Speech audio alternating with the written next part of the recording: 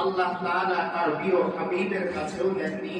কোরআনে তিনি বলে দিয়েছেন, ও আমার হাবিব, ইন্নাকা লা তাহদি মান আহবাবতা ওয়ালাকিন্নাল্লাহা ইয়াহদি মান ইয়াশা। আপনি কাউকে ভালোবাসেন, কাউকে মহব্বত করেন, তাই বলে আপনি তাকে হিদায়াতের জন্য নিয়ে আসবেন, এটা আপনার কাজ নয়, বরং আমার কাজ।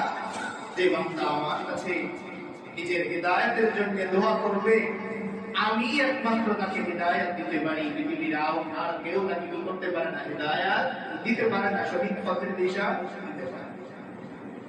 এই জন্য দেখবেন বহু মানুষ ঈমান থাকা সত্ত্বেও তার ভেতরে ঈমানের যে চেতনা থাকা উচিত, তার ভিতরে ইসলামের যে চেতনা আদর্শ থাকা উচিত, সেই আদর্শের উপর সে নেই, ঈমানের সেই চেতনার উপর সে নেই।